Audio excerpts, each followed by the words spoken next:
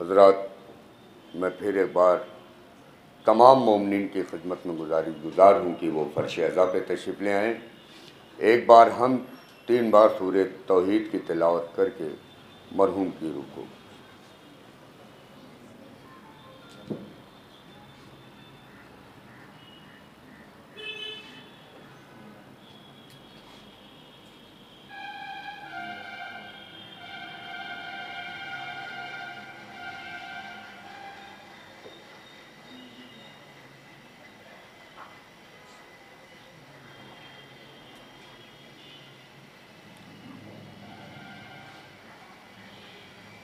चार मिसरे फैज़ इलाहाबादी आपके सामने सलाम पेश करेंगे उनके इस्तकबाल के लिए कि कुरान मिला, नमाज मिली, बंदगी मिली। कुरान मिला, नमाज मिली, बंदगी मिली, उम्मत को करबला से नई ज़िंदगी मिली। उम्मत को करबला से नई ज़िंदगी मिली। हज़रात जो बाहर बैठे हैं, एक बार फिर मुअद्दबाना गुजारिश है कि किसी मजबूरी के तहत अगर वो कुर्सियों पर बैठे हैं तो उनके लिए नहीं, लेकिन जो हज़रात बाहर बैठे हैं ये पर्चे अज़ा है और ख़ाली रहे ये बेहतर नहीं है। एक सलवात भेजिए मोहम्मद वाले मोहम्मद। मैं नहायत अदब व एहतराम के साथ गुज़ार हूँ जनाब फैज़ इलाहाबादी साहब से कि वो तशरीफ़ लाएँ और सलातो सलाम से मजलिस के इब्तिदा एक बुलंद तरीन नारे सलवात।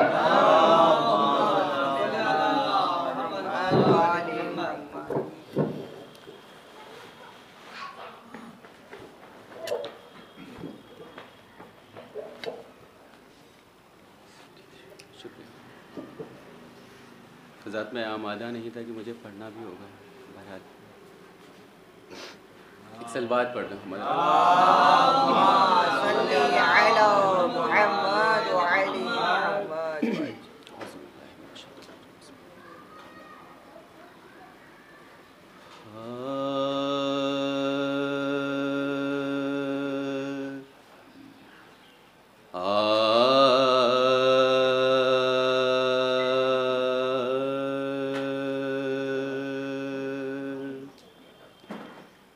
फर्श मजलिस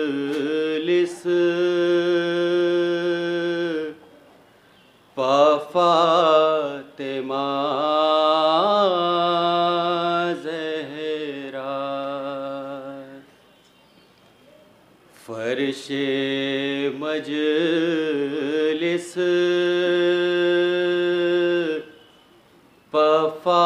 फातिमा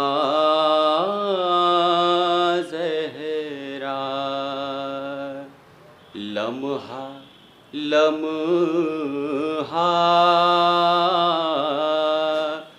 शुमार करती हैं। ए आज़ादारो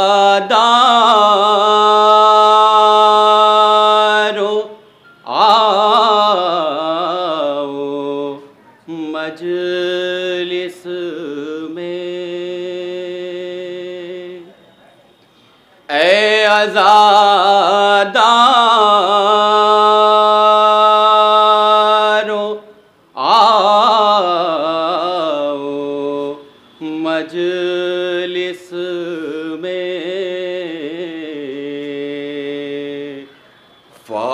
फातिमा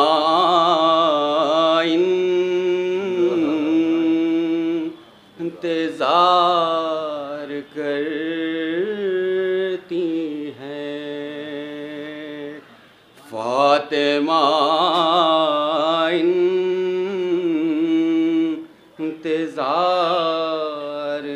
करती हैं। फर्शे मजलिस फातिमा ज़हरा।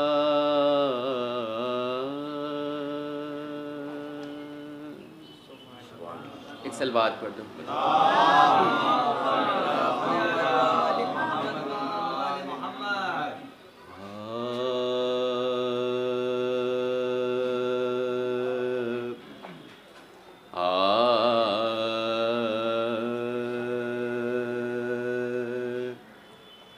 खुशी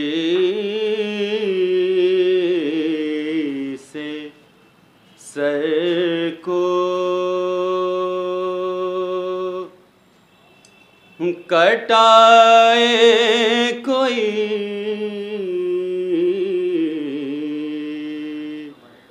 तो हम जाने खुशी से सर को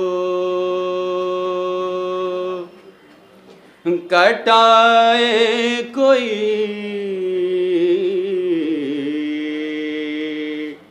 तो हम जाने खुद अपने घर को लुटाए कोई,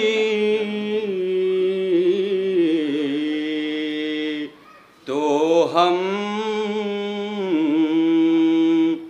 जाने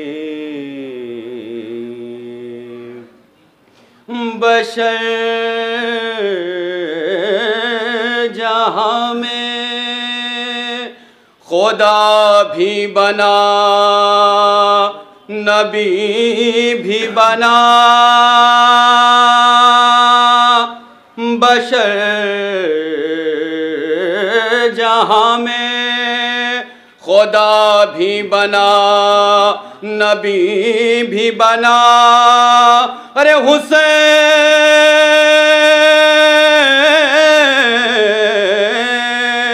हुसैन बन के दिखाए कोई, तो हम जाने खुशी से सर को।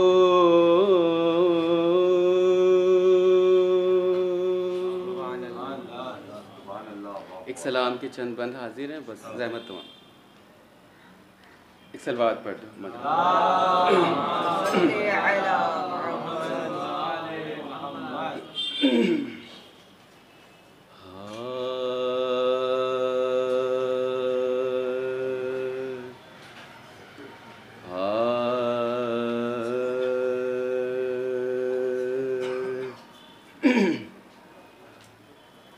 तेरी आँखें तेरा चेहरा भूल कब पाई हुसैन,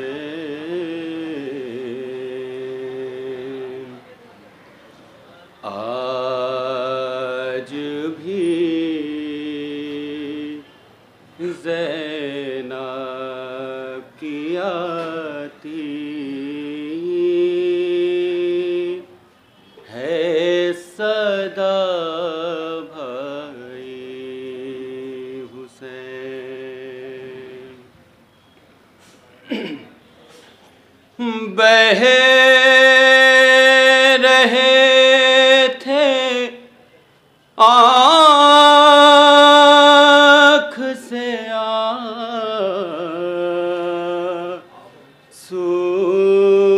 तेरी रुखसत के बाद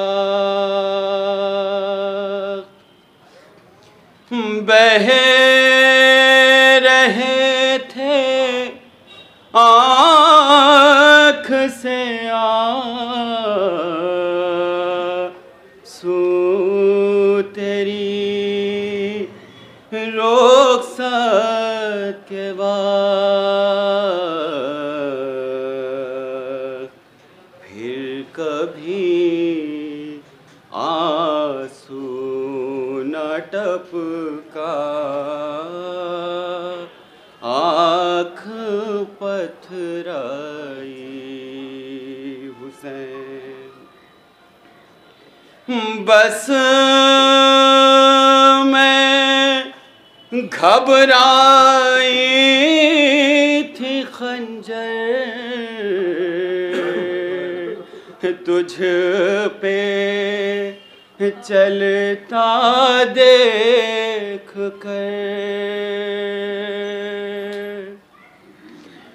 बस मैं घबराई थी खंजर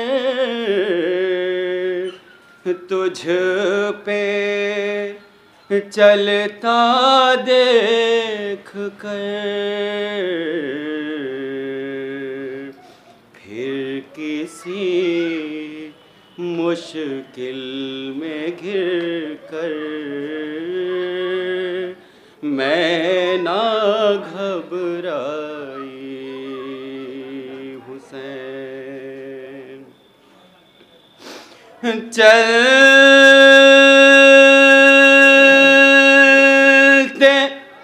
नाके से गिराया खुद को जलती रेत पर। चलते नाके से गिराया खुद को जलती रेत पर। घुटनियों के बल में तेरी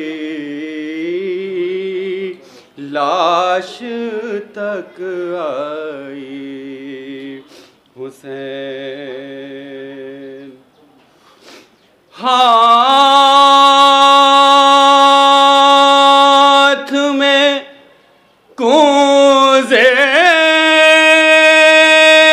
लिए सब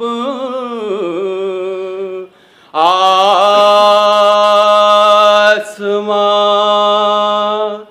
तकते रहे।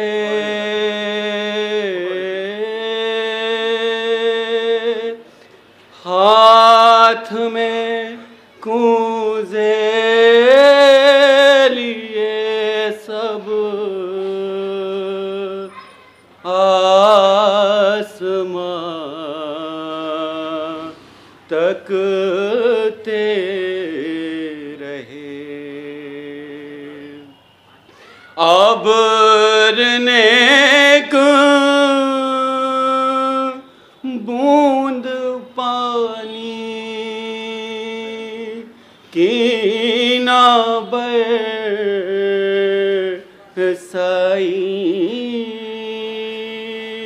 हुसैन।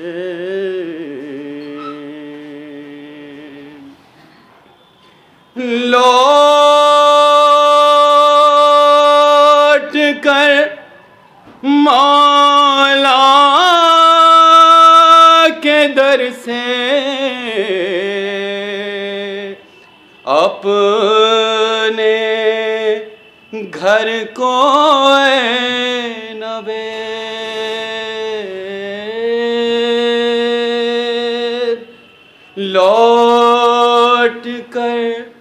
मौला के दर से अपने घर को नबे ठंडा पानी जब पिया बस तेरी याद आई हुसैन तेरी आँखें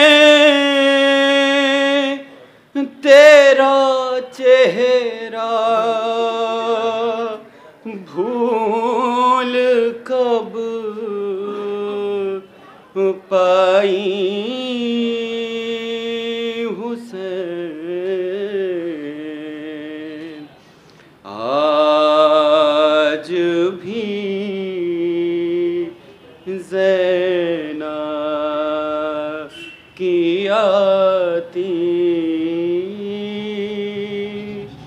है सदा भाई हुसैन।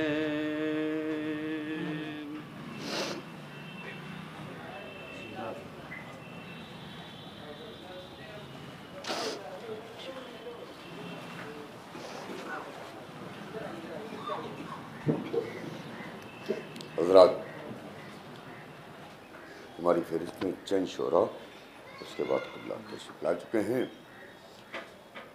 एक नन्हे मद्दाए लबैद जनाब मोहम्मद चार मिसरे की मेराज गरीबों की है इस पार मोहम्मद, मेराज गरीबों की है इस पार मोहम्मद, हो जाए अगर आपका दीदार मोहम्मद, हो जाए अगर आपका दीदार मोहम्मद, महफिल में कभी और कभी फर्श अज़ा पर, महफिल में कभी और कभी फर्श अज़ा पर आते हैं मेरे घर में कई बार मोहम्मद, आते हैं मेरे घर में कई बार मोहम्मद।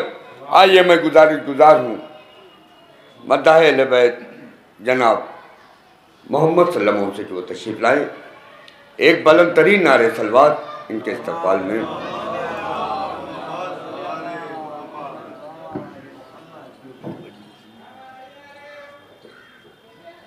एक नारे सलवात।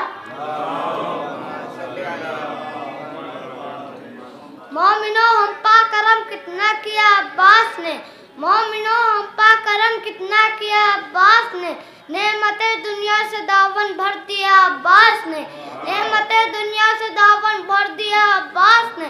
भागो भागो शेर आया जालिमों में शोर था, भागो भागो शेर आया जालिमों में शोर था, एक नजर से इस तरह हमला किया अब्बास, एक नजर से इस तरह हमला किया अब्बास ने। एक नया सलवात।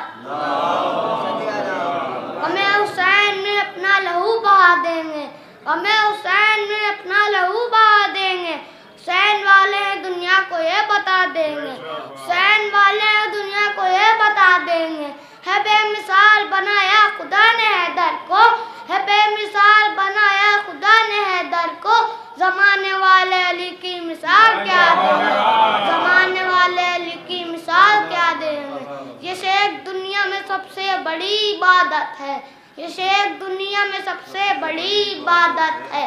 हमें हुसैन में पानी अगर पिला देंगे, हमें हुसैन में पानी अगर पिला देंगे, फरिश्ते पूछेंगे ना से तुम्हारा दी क्या है, फरिश्ते पूछेंगे ना से तुम्हारा दी क्या है, अली की मदह में अशार हम सुना दें, अली की मदह में अशार हम सुना दें।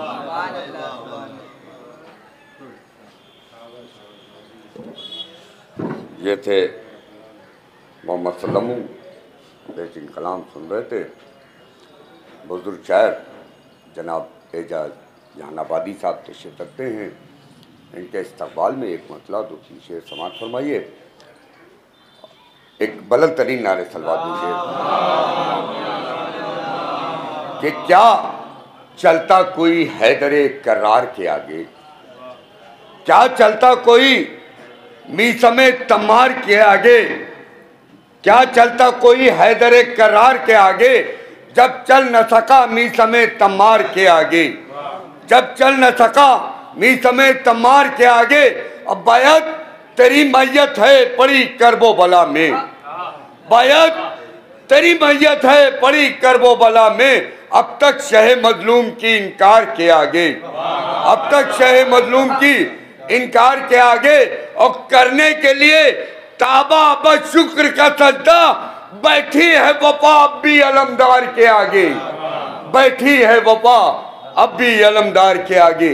आइए मैं गुजार हूँ अपने बड़े भाई जनाब एजाज जहानाबादी साहब से जो तशरीफ लाए, बुलंद तरीन नारे सलवार। सरकार ये बुलंद तरीन है तो एक स्लो आवाज में नारे सलवार।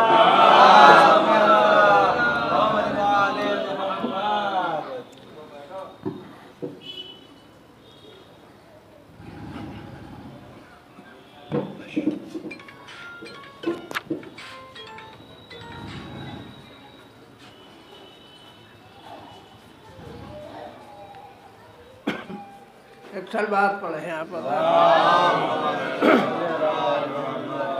मसला जो है पेश खिदमत है। मैंने आंसू रख दिया है, मैंने आंसू रख दिया है आबे कौसर के करीब, मैंने आंसू रख दिया है आबे कौसर के करीब, एक समंदर कर दिया है एक समंदर के करीब, मैंने आंसू रख दिया है आबे कौसर के करीब, एक समंदर कर दिया है एक समंदर के करीब। आगे शेर देखें। कातिबे तकदीर ने लिखा था पहले और कुछ, कातिबे तकदीर ने लिखा था पहले और कुछ, ये अता शब्बीर की है, ये अता शब्बीर की है, हुर है कौसर के करीब, ये अता शब्बीर की है, हुर है कौसर के करीब। जौहरे बेशीर आया, जौहरे बेशीर आया जब सितमगर के करीब, जौहरे बेशीर आया जब सितमगर के करीब, लाशे बैअत पड़ी है तीरो खंजर के करीब, लाशे बैअत पड़ी है तीरो खंजर के करीब। हुक्म हो मौला से ये कहने लगी अब जुल्फ़िकार, हुक्म हो मौला से ये कहने लगी ये जुल्फ़िकार, ये है कतरा, ये है कतरा आ नहीं सकता समंदर के करीब, ये है कतरा आ नहीं सकता समंदर के करीब। एक सलवात पढ़े आप।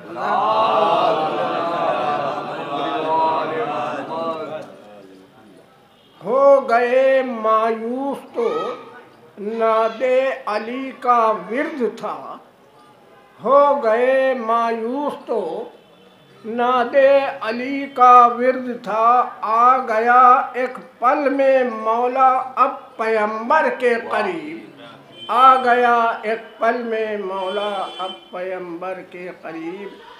नाम बेटे का अबू तालिब ने ऐसा रख दिया, तवज्जो का तालिब हो, नाम बेटे का अबू तालिब ने ऐसा रख दिया, अब कहाँ आएगा मरहब,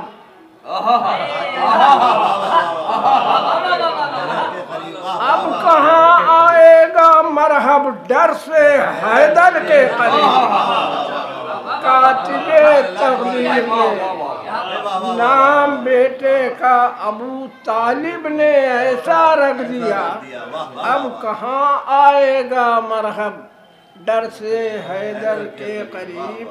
मतलब देख ले, उल्फते आले नबी से ये शरफ एजाज को, उल्फते आले नबी से ये शरफ एजाज को, ख्वाब में वो रूबरू बैठा है हैदर के करीब।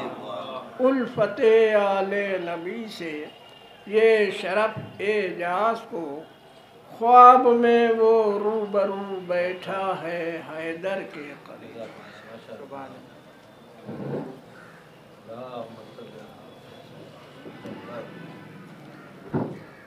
आइए मैं अपनी फहरिस्त के आखिरी शायर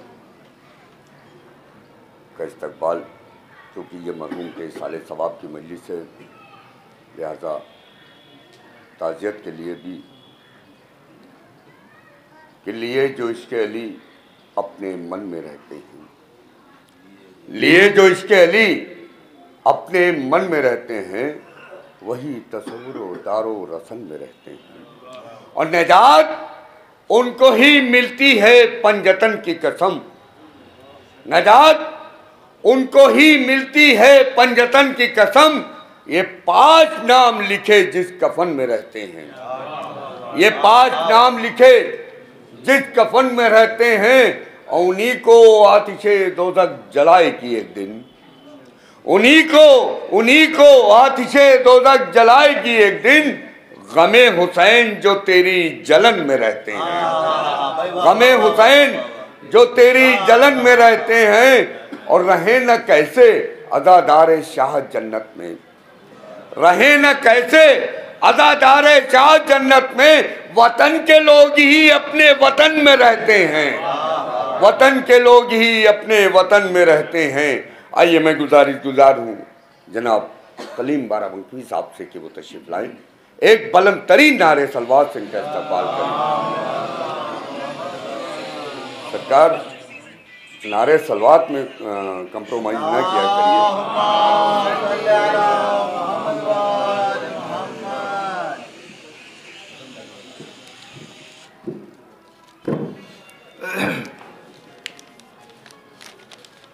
हजरात,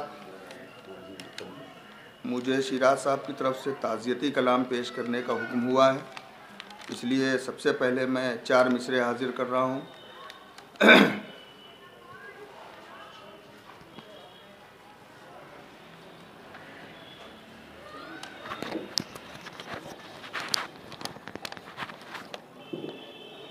सलवात दीजिए मोहम्मद।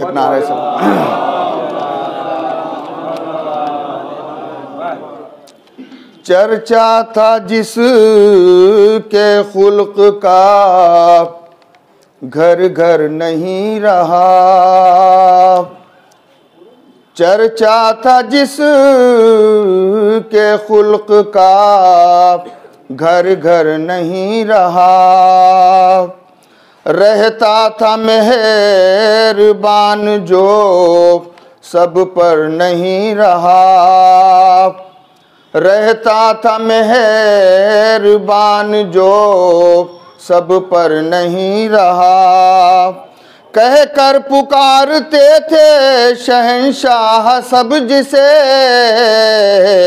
अफसोस है वो खुल्क का पैकर नहीं रहा। अफसोस है वो खुल्क का पैकर नहीं रहा। और 4 मिसरे और हाजिर कर रहा हूँ कि मजलिस की था जो शान और शौकत चला गया। मजलिस की था जो शान और शौकत चला गया। मोमिन था एक शरीफ तबीयत चला गया। मोमिन था एक शरीफ तबीयत चला गया। था जो मुहिब्बे आले रसूल खुदा कलीम, अल्लाह के करम से वो जन्नत चला गया। अल्लाह के करम से वो जन्नत चला गया। और बस आखिरी 4 मिसरे और हाजिर कर रहा हूँ इस सिलसिले के कि है कौन जानता न हो जो नाम मौत का, है कौन जानता न हो जो नाम मौत का, सबको भुगतना पड़ता है अंजाम मौत का, सबको भुगतना पड़ता है अंजाम मौत का।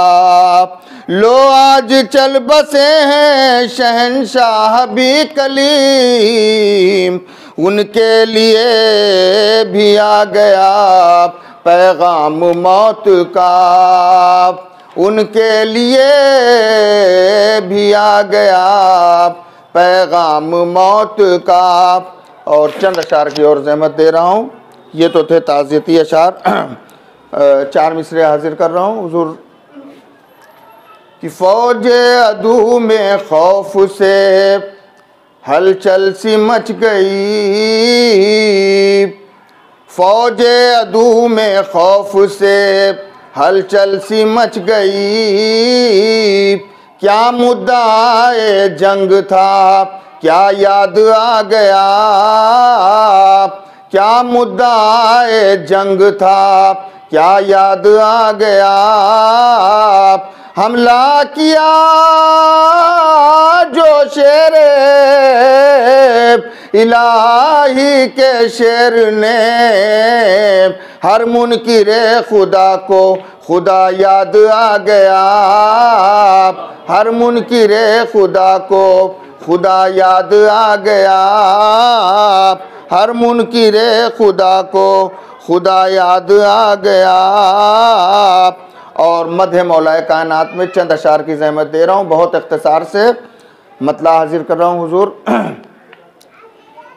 कि इसमें ना शक करो कि ये होना ज़रूर है, इसमें ना शक करो कि ये होना ज़रूर है, इसमें न शक करो कि ये होना ज़रूर है, जो दूर है अली से वो जन्नत से दूर है, जो दूर है अली से वो जन्नत से दूर है। और हुस्न मतला हाजिर कर रहा हूँ कि आँखों में ज़िंदगी है, वकार भाई हुस्न मतला, कि आँखों में ज़िंदगी है न चेहरे पे नूर है, आँखों में ज़िंदगी है ना चेहरे पे नूर है, कुछ भी सही ये दुश्मने हैदर ज़रूर है, कुछ भी सही ये दुश्मने हैदर ज़रूर है। और ये शेर सबसे ज़्यादा मुझे पसंद है, आप हर लोग हजरात के हवाले कर रहा हूँ, बतौर ख़ास हाजिर कर रहा हूँ कि जाकर वहाँ हुसैन से करता हूँ गुफ्तगू, जाकर वहाँ हुसैन से करता हूँ गुफ्तगू, मेरा इमाम बाड़ा मेरा कोहे तूर है, मेरा इमाम बाड़ा मेरा कोहे तूर है। और सदियाँ गुजर गईं मगर अब तक यजीद का, सदियाँ गुजर गईं मगर अब तक यजीद का, दुनिया की ठोकरों में सरे पुरगुरूर है, दुनिया की ठोकरों में सरे पुरगुरूर है। और आखिरी शेर हाजिर कर रहा हूँ कि वरना ये क्यों उड़ाता है इस्लाम की हंसी, वरना ये क्यों उड़ाता है इस्लाम की हंसी, ये बूलहब का मानने वाला ज़रूर है, ये बूलहब का मानने वाला ज़रूर है। और मस्ते विलाए आले मोहम्मद हुए कलीम, मस्ते विलाए आले मोहम्मद हुए कलीम। जैसे रगों में खून नहीं है सुरूर है, जैसे शुक्रिया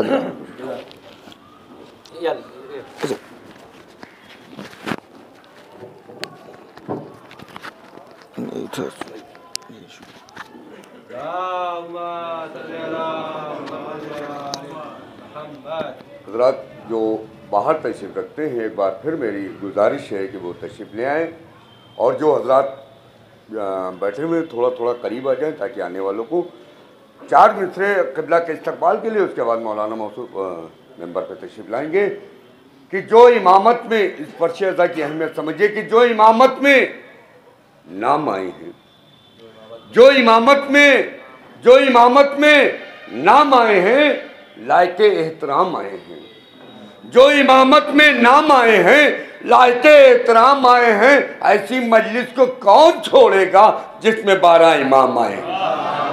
ऐसी मजलिस को कौन छोड़ेगा जिसमें 12 इमाम आए हैं? आइए मैं गुजारूँ हुज्जतुल इस्लाम वल मुस्लिमीन अली जनाब मौलाना सैयद हसनैन बाक़री साहब से जो तशरीफ़ लाए, बुलंद तरीन नारे तलवार।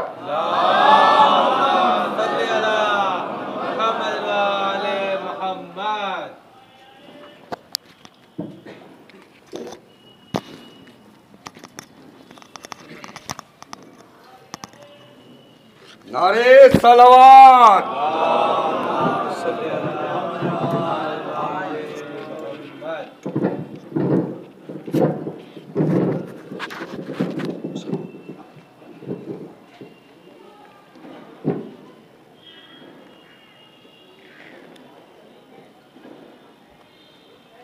फातिहा।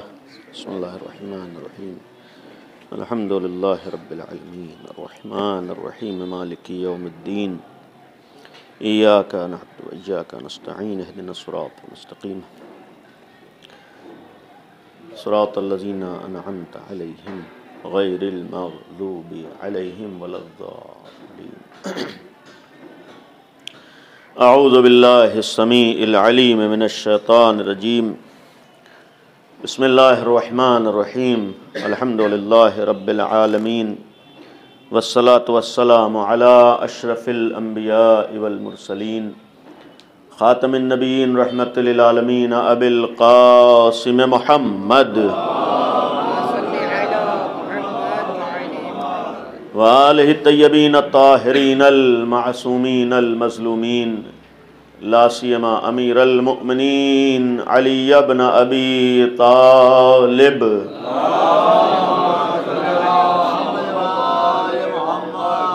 अलैहिस्सलातु वस्सलाम व लानतुल्लाहि अला अअदाइहिम व गासिबी हुकूकिहिम अजमईन। अम्मा बाद। क़ाल रसूलुल्लाह सल्लल्लाहु अलैहि व आलिहि वसल्लम। सलवात पढ़े मोहम्मद व आले मोहम्मद।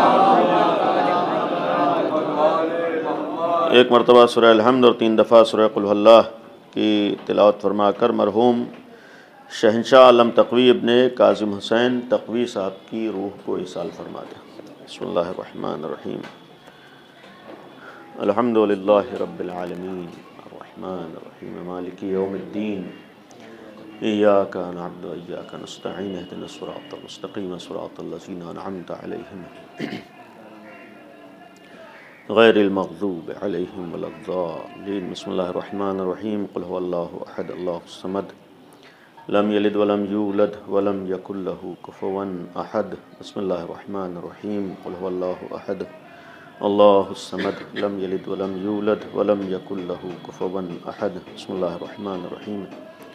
क़ुल हुवल्लाहु अहद अल्लाहुस समद लम यलिद वलम यूलद वलम यकुल लहू कुफुवन अहद। सलवात पढ़े मोहम्मद व आले मोहम्मद।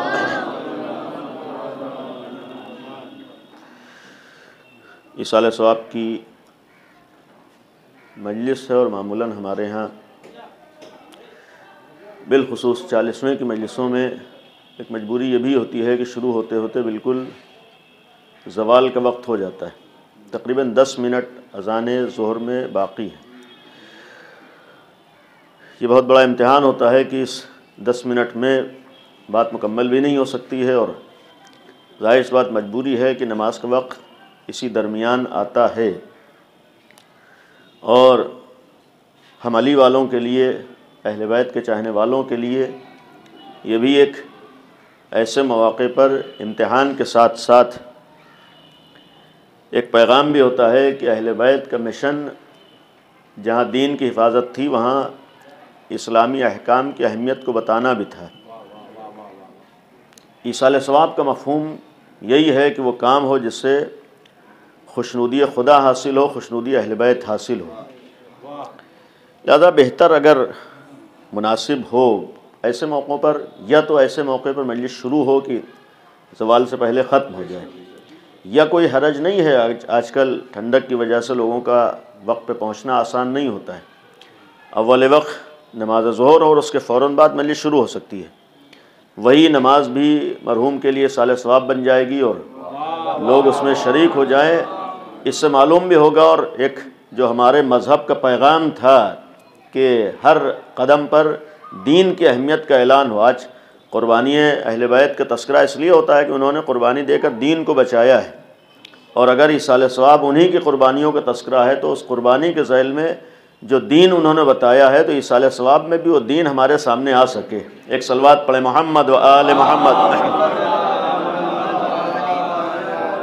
लज़ा बहरहाल ताख़ीर से शुरू हुई है, उसके लिए माज़रत। काश हमारे यहाँ एक नमूना सामने आया और उस तरीक़े के काश नमूने सामने आ सकें कि मजलिस का ऐलान जुमा मुअय्यन है कि 10 बजे पेशखानी होगी, और 10:30 बजे पोस्टर अगर आप लोग देखिए तो 10:30 बजे खिताबत और मजलिस का आगाज़ होगा। मजलिस का आगाज़ मुराद यही है कि मजलिस ख़तीब बैठेगा तो आज तकरीबन 1.25 घंटा उसके बाद शुरू हो रहे। हमारे मामूलन जहनों में यही है कि जिस वक्त ऐलान होगा उसके 1 घंटे बाद मजलिस शुरू होगी। ये यकीनन हमारे यहाँ मज़हब के लिए, दीन के लिए, और मैं बहरहाल वाज़े तौर पर अर्ज़ करूँ शियों के लिए बात चीज़ें काबिल गौर हैं। शीयत में बहुत सी चीज़ें पहचान थी, शीयत का एक अपना मेयार है, शीयत की एक अपनी शनाख्त है। आले मोहम्मद ने अपनी शनाख्त व पहचान अपने आमाल को बनाया था, उनका किरदार था, उनकी सीरत थी, उनकी ज़िंदगी थी जो उन्हें पहचानवाती थी। आज दुनिया को जो अहले बैत से दुश्मनी है, खाली उनकी ज़ात से दुश्मनी नहीं बल्कि उनके किरदार व आमाल से दुश्मनी है। उन्होंने वो तरीक़ा अपनाया था, उन्होंने वो किरदार अपनाया था, उन्होंने वो सीरत अपनाई थी, उन्होंने वो तरीक़ा अपनाया था, और इसीलिए आखिरी वक्त की मौलाए मुत्तक़ियान अमीरुल मोमिनीन हज़रत अली इब्न अबी तालिब अलैहिस्सलातु वस्सलाम की एक वसीयत भी है। कम अज़ कम मजालिस के मौक़ों पर वसीयत हमारे यहाँ किसी हद तक सामने आती है कि वसीयत अगर हम ज़िंदगी में ख्याल न कर पाएँ तो मरने के बाद वसीयत का ख्याल ज़रूर करते हैं। अमीरुल मोमिनीन की आखिरी वक्त की वसीयतों में यही था कि उसीकुम बेतक़वल्लाह व नज़्म अम्रिकुम, मैं तुम सबको जाते जाते ये वसीयत करके जा रहा हूँ कि देखो, एक तरफ अल्लाह का भी ख्याल करना और दूसरी तरफ अपने मामलात में मुनज़्ज़म रहना। ये जो अमीरुल मोमिनीन ने आखिरी वक्त फरमाया है कि अपने मामलात में मुनज़्ज़म रहना, इस मुनज़्ज़म रहने का एक मफ़हूम यह है कि हमें भी इमाम अली की वसीयत पर अमल करते हुए टाइम का पाबंद होना है। एक सलवात पढ़ दें, मोहम्मद व आले मोहम्मद। जो हदीस आपके सामने बहरहाल मैंने सिर्फ पैगंबर का इसमें गिरामी लिया है, और जो हदीस उस ज़िम्न में पैगंबर ने बयान फरमाई तूलानी हदीस है। रावी हैं मूसा इब्न इब्राहीम मिरवज़ी क़ाला हद्दसनी मूसा इब्न जाफ़र इब्न मोहम्मद सल्लल्लाहु अलैहि वआलिहि वसल्लम अन अबी है, यानी सिलसिलेवार मासूमीन का नाम अनबी है जाफ़र इब्न मोहम्मद, अनबी है मोहम्मद इब्न अली, अनबी है अली इब्न अल हुसैन, अनबी अन अली अलैहिस्सलाम, यानी मासूमीन से सिलसिलेवार 5वें इमाम से ये हदीस हम लोगों तक पहुँची है। इमाम ने अमीरुल मोमिनीन तक पहुँचाया और उसके बाद फरमाया क़ाला, अमीरुल मोमिनीन से है क़ाला क़ाला रसूलुल्लाह सल्लल्लाहु अलैहि वआलिहि वसल्लम, पैगम्बर ने फरमाया या अली अन्नफ़ी का मसलन मिन ईसा इब्न मरियम अलैहिस्सलाम, ए अली तुम्हारे अंदर ईसा इब्न मरियम की एक खुसूसियत और एक सिफत और एक फ़जीलत पाई जाती है, यानी ईसा इब्न मरियम और तुम्हारे अंदर एक मुशाबहत है। ये पैगम्बर के हदीस का एक जुमला है। अहब्बतहुल नसारा हत्ता अनज़लतहु बिल मंज़िल लज़ी लैसा लहू, कि जनाब ईसा से भी बास ईसाइयों ने इस तरीक़े से मोहब्बत की कि जो उनकी मंजिलत थी उससे बढ़ा दिया, यानी खुदा कह दिया या खुदा का बेटा कहा। ये जनाब ईसा के सिलसिले में है कि जनाब ईसा की जो मंजिलत थी, जो मर्तबा था, उससे उन्होंने बढ़ाया मोहब्बत में बज़ाहिर, जबकि हकीकतन ये मोहब्बत नहीं है। और उसके बाद फरमाया व अबगस्तहु अल यहूद हत्ता बहतु उम्मह, और यहूदियों ने, सलवात पढ़ दे मोहम्मद व आले मोहम्मद,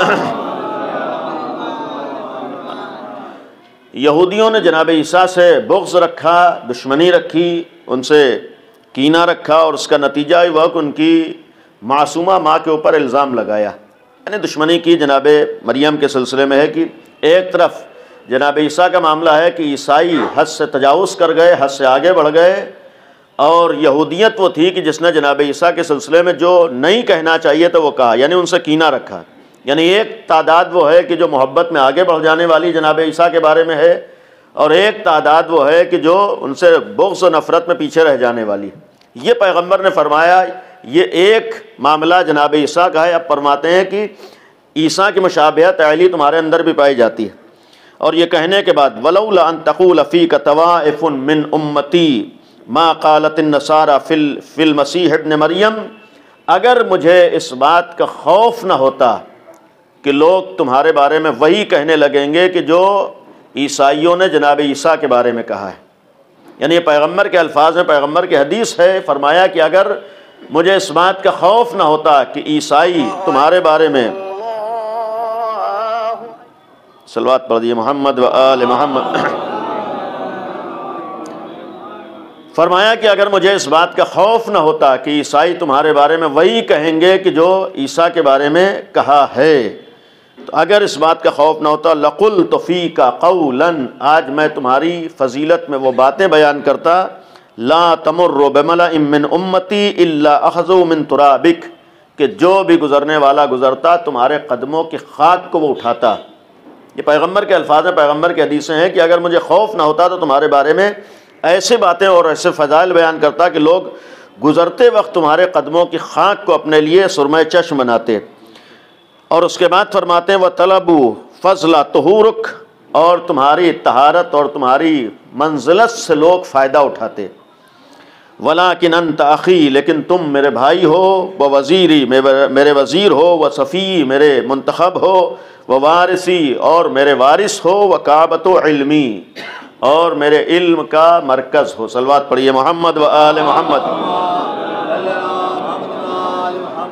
ये हदीस मौलाए मुत्तक़ियान की अज़मत और अमीरुल मोमिनीन की फ़जीलत के सिलसिले में, इसी हदीस के ज़ैल में कुछ बातें अपने जवानों के लिए। अव्वलन आज के दौर में, बल्कि हर दौर की ज़रूरत ऐसे अफराद का किरदार और अमल है। इतना यकीन रखिए कि दुनिया की नजात का एक रास्ता है कि उसके सामने ऐसे आइडियल और ऐसे नमूने अमल हों जिनको निगाहों में रख कर इंसान अपनी ज़िंदगी को कामयाब बना सके। और नबी और आले नबी का पैकर बशरी में भेजने का एक सबब ये भी था कि दुनिया के सामने एक आइडियल हो, दुनिया के सामने एक नमूने अमल हो। आले मोहम्मद के दुनिया में आने का एक मकसद ये है कि दुनिया के सामने कोई रास्ता हो, दुनिया के सामने कोई नमूने अमल हो, दुनिया के सामने कोई ऐसा आइडियल हो जिसकी बुनियाद पर ये दुनिया अपने को कामयाब बना सके और अपने को नुकसानात से महफूज रख सके। उन नमूने अमल में एक बेहतरीन ज़ात मौलाए मुत्तक़ियान की है, अमीरुल मोमिनीन हज़रत अली इब्न अबी तालिब अलैहिस्सलातु वस्सलाम की बाबरकत ज़ात गिरामी है। और यहाँ पर अपने जवानों के लिए कि अमीरुल मोमिनीन सिर्फ मानने के लिए नहीं है, बल्कि अमीरुल मोमिनीन पहचानने के लिए। और अगर आज हमने अमीरुल मोमिनीन को मानने के साथ साथ पहचान लिया होता तो आज हम कहीं से कहीं होते। आज हम इमाम अली के दर पर आने के बाद भी अगर दुनिया के सामने अमीरुल मोमिनीन की अक़ीदत, अमीरुल मोमिनीन की मोहब्बत और अमीरुल मोमिनीन की विलायत का सबूत पेश नहीं कर पाए तो उसका सबब यह है कि हमने इमाम अली को मान तो लिया है लेकिन इमाम अली को पहचान नहीं पाए। वरना ये हो ही नहीं सकता था कि इमाम अली को पहचानने के बाद, उस दर से वाबस्ता होने के बाद आज दुनिया में हमको ये कहना पड़ता कि हम अली के चाहने वाले हैं।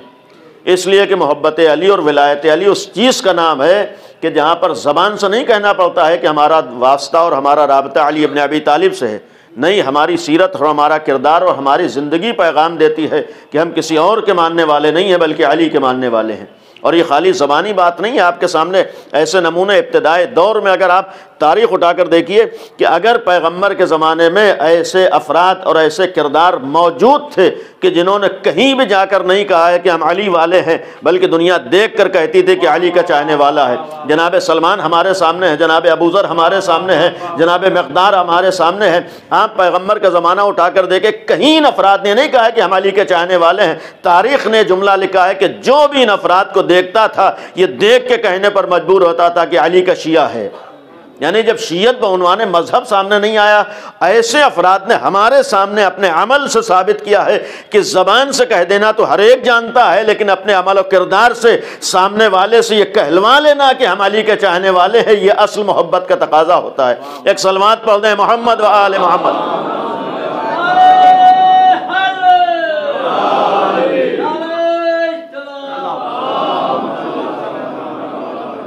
बात इमाम अली अलैहिस्सलातु वस्सलाम की ज़ात की ऐसा एक किरदार और ऐसी एक अज़ीमुश्शान शख्सियत आज हमारे लिए बैठकर गौर करने के लिए, मैंने मजालिस अज़ाम मुहर्रम में एक जुमला बाज़ जगहों पर अर्ज़ किया, यहाँ भी अर्ज़ कर दूँ कि मजालिस को अगर हमने आज़ादारी को बजाय मनाने के अपने बनाने के ज़रिया समझा होता तो हम कहीं से कहीं पहुँच चुके होते। वरना 2 महीने 8 दिन किसी चीज़ में शरीक हो जाना आसान नहीं होता है। 2 महीने 8 दिन मुकम्मल तौर पर अपने को किसी मिशन के हवाले कर देना मामूली नहीं होता है। और उस 2 महीने 8 दिन इतने अजीम मिशन में शरीक होने के बाद आज जब रबीउल अव्वल का महीना आया तो हमारी उस 2 महीने 8 दिन का कोई ना कोई रिज़ल्ट हमारी ज़िंदगी में होना चाहिए था, हमारे समाज में उसके असरात होने चाहिए थे। आज हम कहाँ से कहाँ पहुँच चुके होते अगर हमने आज़ादारी इमाम हुसैन को समझा होता। तंज कर देना आसान है, दूसरों पर छीटाकशी कर देना आसान है, दूसरों पर उंगली उठा देना आसान है, लेकिन किसी वक्त बैठ कर अपने गिरेबान में झांक कर भी देखना किस हद तक हमने अपनी जिम्मेदारियों को पूरा किया है। आज माजरत से एक जुमला अर्ज़ कर रहा हूँ कि हमारा मिजाज यही है कि हम ये सोचते हैं कि खाली हम दूसरों पर एतराज़ करने काफ़ी है, खाली हम दूसरों पर उंगली उठाने काफ़ी है। नहीं, अगर हमने दूसरों पर एतराज़ किया है, दूसरों पर उंगली उठाई, क्या कभी हमने बैठ कर ये भी गौर किया है कि हम खुद कितने पानी में हैं, हम कहाँ पर हैं, हमें कहाँ पर होना चाहिए था। आज हमने खाली दूसरों पर तो एतराज़ किया है कि दूसरों ने खाली ज़बान से इस्लाम को माना है, खाली हुलिये में इस्लाम को माना है, खाली सिर्फ ज़बान ही पर अहले बैत के मानने वाले हैं, खाली ज़बान से पैगम्बर के मानने वाले हैं। हकीकत में किसी ने ना तो नबी को पहचाना है, ना तो अल्लाह को पहचाना है, ना तो इस्लाम को पहचाना है। अगर हमने दूसरों पर एतराज़ किया है तो कभी तो ये सोचने के लिए कितना हमने अली इब्न अबी तालिब को पहचाना है। हमने अगर इमाम अली को माना है तो कितना अमीर मोमिनीन को पहचाना है। और इतना यकीन रखिए कि अली इब्न अबी तालिब की ज़ात गिरामी उस ज़ात का नाम है कि वाक़अन अगर इंसान पहचान ले तो फिर पस्तियों में बाकी नहीं रहता है। अली उस ज़ात गिरामी का नाम है कि जिसकी वाकई मोहब्बत और मारिफत किसी वजूद में आ जाती है उसे भी अली इब्न अबी तालिब की तरफ खींच कर ले जाती है।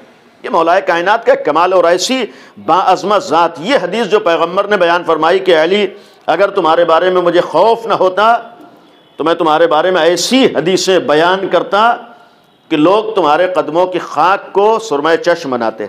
इससे इतना तो साबित है कि पैगंबर ने खुद एतराफ़ किया है कि मैंने सारी फजीलतों को बयान नहीं किया है। यानी ये खुद हदीस इस बात की दलील है कि पैगंबर ने इमाम अली के सारे फ़ज़ाइल को बयान नहीं किया है। खुद पैगंबर फरमाया मुझे खौफ है लिहाजा मैंने बयान नहीं किया है, मैंने सारी फजीलतों को तुम्हारे सामने नहीं पेश किया, मैंने सारे कमालात को तुम्हारे सामने नहीं पेश किया। ये पैगंबर की हदीस है, पैगंबर का जुमला है। यानी खुद पैगंबर ने फरमाया है कि मैंने अली की सारी फजीलतों को बयान नहीं किया। एक तरफ पैगंबर ये कह रहे हैं कि मैंने सारी फजीलतों को बयान नहीं किया, उसके बावजूद अगर कायनात में कोई साहिब फजीलत नजर आता है तो अली इब्न अबी तालिब की ज़ात है। ये भी गैरों का एतराफ़ है, गैरों का जुमला है कि अगर हम दुनिया में तलाश करें तन्हा अली इब्न अबी तालिब एक ऐसी ज़ात है कि जिसके फ़ज़ाइल और कमालात को अपनों ने भी छुपाया है और गैरों ने भी छुपाया है। ये गैर का जुमला है, उसने कहा कि अमीरुल मोमिनीन के फ़ज़ाइल को अपनों ने छुपाया है और गैरों ने भी छुपाया है। अपनों ने खौफ की बुनियाद पर छुपाया है और गैरों ने दुश्मनी की बुनियाद पर। और उसके बाद कहने वाला कहता है कि जहाँ दोनों तरफ से जिसकी फजीलतों को छुपाया गया हो। लेकिन यही कमाल है कि आज दुनिया में अगर किसी की फजीलतें दिखाई देती हैं तन्हा अली इब्न अबी तालिब है। यानी ये खुद गैर जुमला कह रहा है कि जिसकी फजीलतों को इतना छुपाया गया है, तब भी दुनिया में अगर कोई साहिब फ़ज़ाइल है तो तना अली इब्न अबी तालिब है। अब इंसाफ से बताइए कि जब इतना छुपाने के बाद गैर ये एतराफ़ कर रहा है कि दुनिया में साहिब फ़जीलत है तो अली ही की ज़ात है, और पैगम्बर का जुमला निगाहों में रखे कि मैंने सारी फजीलतों को बयान नहीं किया है। अगर पैगम्बर ही ने सारी फजीलतों को बयान कर दिया होता तो ये जो जुमला है कि अगर तमाम दरख्त कलम बन जाए और तमाम समंदर रोशनाई बन जाए और तमाम जिन्न व इंस मिलकर अली के फ़ज़ाइल को लिखना चाहें तब भी नहीं लिख सकते हैं। इसका मतलब है कि ऐसी साहिब फजीलत ज़ात अल्लाह ने हमें अता की है, ऐसा एक साहिब कमाल इंसान हमें अल्लाह ने अता किया है, और ऐसी ज़ात को दुनिया में एक भेजने का मकसद ही ये था कि दुनिया के सामने एक ऐसे नमूने अमल मौजूद रहे। आज किसी का बाप सलाहियतों का हामिल हो और फजीलतों का हामिल हो और उसके पास महारतें हों और उसके पास इल्म हो और उसके पास फजीलत हो, तो फिर कम अज़ कम महल्ले में बेटा भी नाश करता है कि हमारे बाप के पास इतनी फजीलतें और इतनी महारतें हैं। आज एक बाप मामूली फजीलतों का हामिल हो जाए, मामूली कमालात उसके पास हासिल हो जाए, तो एक औलाद भी ये नाश करती है कि हमारा बाप इतनी फजीलतों का हामिल है। कि आज हमारे लिए फ़ायज़ फ़ख्र नहीं है कि अली जैसा इमाम हमारे पास है, कि आज हमारे लिए बायस नाज नहीं है कि अली जैसी एक साहिब फजीलत ज़ात हमारे पास है। और अगर एक औलाद महल्ले में नाश करता हुआ दिखाई दे, भाई हमारे बाप फुला है, फुला कमाल उनके पास है, फुला फजीलत उनके पास है, फुला महारत उनके पास है, तो कम अज़ कम महल्ले वाला यही पूछता है कि अगर आपके बाप के पास इतनी फजीलतें हैं तो आपके पास क्या है। अगर एक बेटा ये नाश कर रहा हो कि हमारा बाप साहिब फजीलत है, तो सामने वाला पलट के यही पूछता है बाप के पास फला फजीलत है, आपके पास क्या है। अगर हमने नाश किया है कि अली जैसा साहिब फजीलत हमारा इमाम है, तो क्या ये हमारे लिए बायस सवाल नहीं है कि हम बैठ कर देखें कि हमारे पास कितनी फजीलतें पाई जाती हैं, हमारे पास कौन सा कमाल है। और यह भी कहने का है कि आज हमारे ऊपर वाजिब है कि हम इमाम अली को पहचानते हो, आज हमारे लिए ज़रूरी है कि हमें नबी और आले नबी की मारिफत हो। लेकिन इतना यकीन रहे कि इंसान को मारिफत के लिए भी जब तक अपने को किसी लायक न बना ले मारिफत नहीं हो सकती। आज मौलाए कायनात का नाम ले लेना बहुत आसान है। यही हदीस जो मैंने आपके सामने पेश की, ये हदीस इस बात की दलील है कि हर फजीलत का अव्वलन हज़्म कर लेना हर एक के बस की बात नहीं है। ये जो जुमला फरमाया है कि अगर मुझे लोगों के बहकने का खौफ ना होता तो मैं अली की वो फजीलतें बयान करता कि लोग अली के कदमों की खाक उठा कर ले जाते। इसका मतलब है कि पैगंबर ने खुद फरमा दिया है कि अली के फजाइल को समझ लेना भी हर एक के बस की बात नहीं है, अली की फजीलतों को समझ लेना भी हर एक के बस में नहीं है, अली के फजाइल को हज़्म कर लेना हर एक के बस की बात नहीं है। अगर पैगंबर ने जुमला फरमाया है कि अली के फजाइल को समझ लेना हर एक के बस की बात नहीं, ये हमें पैगाम दिया कि अगर ऐसे अली की मारिफत हासिल करना है तो आओ पहले अपने को किसी लायक बनाओ, तभी अली को पहचान सकते हो। इस हदीस का मतलब ये है कि पहले अपने को किसी लायक बनाओ, तभी तो पहचान पाओगे कौन नबी है कौन अली है। वरना ज़बान से अमीरुल मोमिनीन का तस्करा कर देना, ज़बान से नबी रहमत का तस्करा कर देना। इसलिए कि यहाँ पर यह भी बात अर्ज़ कर दो कि हमारे यहाँ दोनों एक ही हैं। जो फजीलतें अल्लाह ने अमीरुल मोमिनीन को अता की हैं, वही फजीलतें अल्लाह ने पैगम्बर को अता की। अतः हमारे यहाँ तो है बहुत सी हदीसें, बहुत सी फजीलतें पैगम्बर के ज़रिए से अमीरुल मोमिनीन तक पहुँची हैं।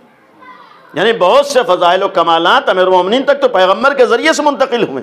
यानी अल्लाह ने अमीरुल मोमिनीन तक फ़जीलतों को पहुँचाने के लिए बाज़ चीज़ों में पैगम्बर को ज़रिया बनाया है।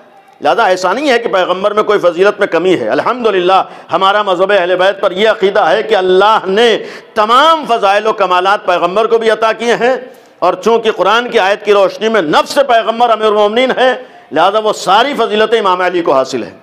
यानी अमीरुल मोमिनीन को भी वो सारी फजीलतें हासिल है। लेकिन इन्हीं फ़ज़ाइल और कमालात में एक पहलू जो अर्ज़ करना था, आज हमारे ऊपर वाजिब है कि हम इमाम अली को पहचानें। आज हमारे लिए ज़रूरी है कि हमको इमाम अली की मारिफत हो। खाली ज़बान से अली अली कह देना ये हमारी न तो नजात का ज़रिया है, न तो हमारी कामयाबी का ज़रिया है, न आखिरत में हमें कोई फ़ायदा पहुँचेगा।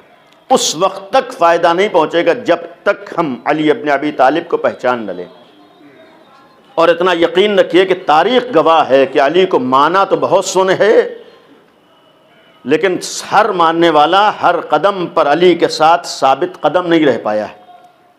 ये मानने वाले इसीलिए साबित कदम नहीं रह पाए जिन्होंने खाली अली को जज्बात में आकर मान तो लिया था, लेकिन जहाँ तक उनके जज्बात ने साथ दिया है वहाँ तक वह अली के साथ खड़े रहे जहाँ तक उनके जज्बात के ख़िलाफ़ कोई बात आई वो लोग अली के ख़िलाफ़ हो गए। इसीलिए मैंने एक जुमला अर्ज़ किया कि खाली मान लेना आसान नहीं है, कमाल नहीं है, बल्कि असल कमाल है कि अली को पहचान के मानना है। और इतना यकीन रखिए कि जिसने भी अली को पहचान लिया है, नामुमकिन है कि वह अली को मानता ना हो। यानी ये नामुमकिन है कि अली को मानता ना हो। अगर पहचान लिया है, मारिफत है, तो फिर वो मजबूर है अली इब्न अबी तालिब को मानने के लिए। यानी वही मारिफत उसे मजबूर करेगी ऐसे बाकमाल इंसान को मानने के ऊपर। और अगर मारिफत के बाद इंसान मानता है तो बड़े से बड़ा इम्तिहान भी आ जाए, दर अली को छोड़ने पर तैयार नहीं होता है। बड़ी से बड़ी सख्ती आ जाए, बड़ी से बड़ी मंजिल आ जाए, वो इंसान अमीरुल मोमिनीन को छोड़ नहीं सकता है। लेकिन आप तारीख़ इस्लाम को उठाकर देखिए, कितने ऐसे अफराद थे कि जिन्होंने इमाम अली को माना था, लेकिन चूंकि जज्बात में आकर माना है, चूंकि बाज़ मामलात इमाम अली के अच्छे लग गए, बाज़ बातें उनके मिजाज के हिसाब से थी, लिहाजा अली को मान तो लिया है। लेकिन जब उन्हीं अफराद के सामने अली का कोई अमल उनके मिजाज के ख़िलाफ़ हुआ तो अली को मानते तो थे, लेकिन वही लोग अली के मुकाबले पर खड़े हो गए। अगर तारीख़ में ऐसे अफराद हैं कि जो अली के मानने के बावजूद अली के मुकाबले पर खड़े हुए, ये वो लोग थे जिन्होंने जज्बात में आकर अली को मान लिया था। लिहाजा आज हमारी एक जिम्मेदारी अली को खाली जज्बात में मानना नहीं है, बल्कि अली की मारिफत के बाद है। और इतना यकीन है कि अली इब्न अबी तालिब उस ज़ात गिरामी का नाम है कि अगर इंसान वाक़अन अली को पहचान ले तो जितना जितना मारिफत अली होगी उतना उतना उसे मारिफत परवरदिगार होगी। और ये यकीन रखिए कि अली उस ज़ात गिरामी का नाम है कि जो हमें खुदा से नज़दीक करती है, खुदा से दूर नहीं करती है। अली उसे नहीं कहते हैं जो हमें खुदाई ना बना रहा हो, अली उसे नहीं कहते हैं जो हमें मारिफत खुदा ना अता करा हो, अली उसे नहीं कह रहे हैं जो हमें दीनदार ना बना रहा हो, अली उसे नहीं कहते हैं जो हमें अल्लाह वाला ना बना रहा हो। यकीन रखिए कि जितना जितना हम अली वाले बनेंगे उतना उतना खुदा वाले बनेंगे। अगर हम नाम इमाम अली पर खुदा वाले बन रहे हों, अगर हम अमीरुल मोमिनीन के नाम पर खुदा से नज़दीक हो रहे हों, अगर इमाम अली के नाम पर हम अल्लाह के दीन से नज़दीक हो रहे हों, तब तो समझिए कि हमने अली को पहचाना है। वरना ज़बान पर नाम अली हो और हमारे अंदर बेदीनी पाई जाती हो। ज़बान पर तो नाम अली हो लेकिन हम अल्लाह के पहचानने वाले न बन पाएँ, हम खुदा वाले न बन पाएँ, यकीन रखिए कि हमने अली को नहीं पहचाना है। इसलिए कि अली उस आईने का नाम है जो हमें खुदा वाला बनाता है। उसी की एक देन है कि आज हमने अली को मान तो लिया है, लेकिन इसी जज्बात में आकर मानने का एक नतीजा ये भी है कि हम एक दूसरे पर इल्ज़ाम लगाने पर भी तैयार हैं। जो असल मकसद पेश करने का था कि आज मेयार हमारे लिए इमाम अली है, लेकिन अमीरुल मोमिनीन के सिलसिले में बाज़ बातें, बहरहाल उस्ताद भी मौजूद हैं, वाज़ेह तौर पर अर्ज़ करूँ कि अमीरुल मोमिनीन एक नुक्ते एतदाल का नाम है। खुद मौलाए कायनात ने फरमाया कि हलका फ़िया सिनफ़ान, आप नहजुल बलागा में 2 जगह इस मफ़हूम के जुमलात मौजूद हैं। हलका फ़िया सिनफ़ान जो हदीस पैगम्बर ने बयान फरमाई, इसी को अमीरुल मोमिनीन ने बयान फरमाया। हलका फ़िया सिनफ़ान मुहिब्बुन गाल व मुफ़रतुन क़ाल, मेरे बारे में 2 तरह के लोग गुमराह हैं, मेरे बारे में 2 तरह के लोग हलाक हैं, मेरे सिलसिले में 2 तरह के लोग कभी कामयाब नहीं हो सकते। एक तो मुहिब्बुन गाल, जो मोहब्बत में हद से आगे बढ़ जाए। ये खुद मौलाए कायनात के नहजुल बलागा में 2 जगह, जो लोग मोहब्बत में कदम आगे बढ़ा दे वो अली के मानने वाले नहीं हैं, और जो लोग दुश्मनी में कदम पीछे हटा दे ये भी अली के मानने वाले नहीं। यानी जिसे आज हमारे यहाँ 2 उन्वान से पेश किया जाता है, अली के सिलसिले में न तो गाली काबिल नजात है, न तो कामयाब है, न अली के सिलसिले में मुकस्सिर कामयाब है। ये यकीन रखिए कि इमाम अली उस नुक्ते एतनाल का नाम है कि जहाँ पर न तो गाली काबिल कबूल है न मुकस्सिर काबिल कबूल है। अली के यहाँ न तो गाली काबिल कबूल है, गाली भी गलत है, और अमीरुल मोमिनीन के यहाँ मुकस्सिर भी काबिल कबूल नहीं है।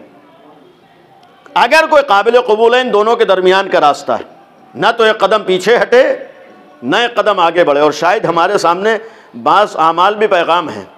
गदीर में अगर आप तारीख़ उठाकर देखें, जिस वक्त पैगम्बर अकरम ने हुक्म इलाही आने के बाद लोगों को रोका है, मजमे को रोका है, तो एक जुमला फरमाया था, जो लोग आगे बढ़ गए उन्हें वापस बुलाओ और जो लोग पीछे रह गए उनका इंतज़ार देखो। मकसद ये था कि गदीर उस नुक्ते एतदाल का नाम है कि अगर एक कदम आगे बढ़ जाओ तब भी अली नहीं मिलेंगे, एक कदम पीछे हट जाओ तब भी अली नहीं मिलेंगे। एक सलावत पढ़ दें, मोहम्मद व आले मोहम्मद।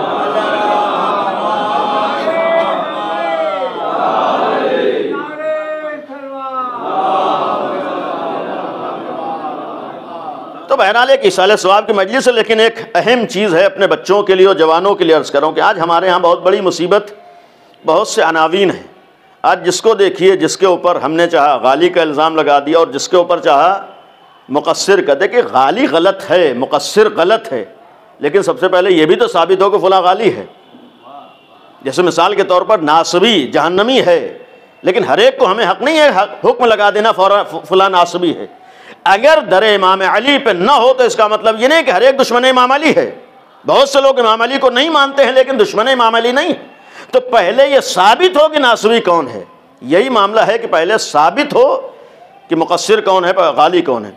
और ये मामला तो आज बहुत हद तक जहालत, लाइल्मी, नादानी या तास्सुब व दुश्मनी की बुनियाद पर भी है। मसलन मज़हब अहले बैत पर वक्त नहीं है, मज़हब अहले बैत पर कितने ऐसे मुसल्लमात और अक़ायद हैं जो सही अक़ीदे हैं। और ये भी अर्ज़ कर दो, जितनी खालिस और पाको पाकीज़ा तौहीद मज़हब अहले बैत में है, किसी और मज़हब में नहीं है। लेकिन इसी मज़हब अहले बैत पर आज गैर कितने इल्ज़ामात लगाते हैं। आज गैरों की तरफ से, मुसलमानों की तरफ से शियत के ऊपर कितने इल्ज़ामात हैं, कितनी तोहमतें हैं। यही तो है कि ये गुलू करते हैं और ये हद से आगे बढ़ा देते हैं। अल्हम्दुलिल्लाह हमारे मज़हब अहले बैत में सही जो अक़ीदा है वहाँ गुलू का तसव्वुर नहीं है। यहाँ बुनियाद जो हमारे यहाँ अल्लाह एक है, तौहीद के कायल है। और इतना कहने का हक़ है कि जितनी साफ़ और खालिस और पाको पाकीज़ा तौहीद आपको शियत में मिलेगी, किसी मज़हब में नहीं मिलेगी। ऐसी खालिस तौहीद आपको कहीं नज़र नहीं आएगी। लेकिन आज तौहीद के ऊपर जहाँ इल्ज़ामात लगते हैं, हत्ता ये उंगलियाँ उठती हैं, सबसे ज़्यादा अगर उंगलियाँ उठती हैं तो मज़हब अहले बैत के ऊपर उंगलियाँ उठती हैं।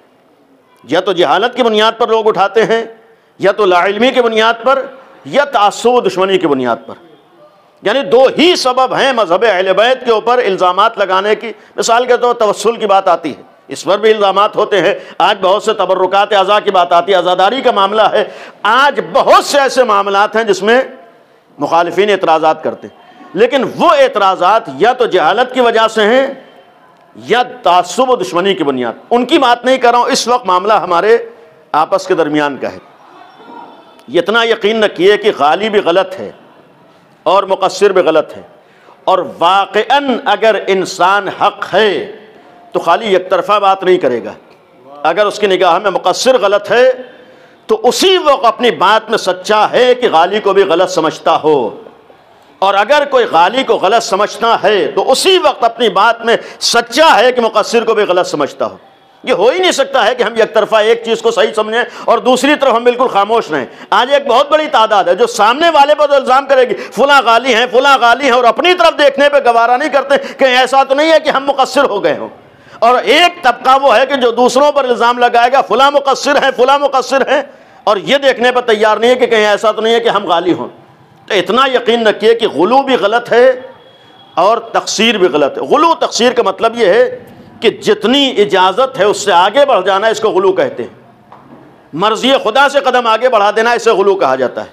अल्लाह की मंशा से कदम आगे बढ़ा देना, इसे गुलू कहा जाता है। और मशीयत परवरदिगार से कदम पीछे रह जाना, इसे तक़सीर कहा जाता है। गुलू और तक़सीर का मेयार मशीयत परवरदिगार है, रज़ाए परवरदिगार है, खुशनुदी खुदा है। यानी अगर हमने अल्लाह के हुक्म, अल्लाह की खुशनुदी, अल्लाह की रज़ा का ख्याल किया है, जितना अल्लाह ने हुक्म दिया है उतना हमने माना है, तभी हम हक़ के मानने वाले हैं। बहुत से लोग सवाल करते हैं भाई गुलू और तक़सीर का मेयार क्या है। पहला मेयार खुदा की मशीयत है और दूसरा मेयार कम अज़ कम मर्ज़ी इमाम अली है, इसलिए कि अली की मर्ज़ी वही है जो खुदा की मर्ज़ी है।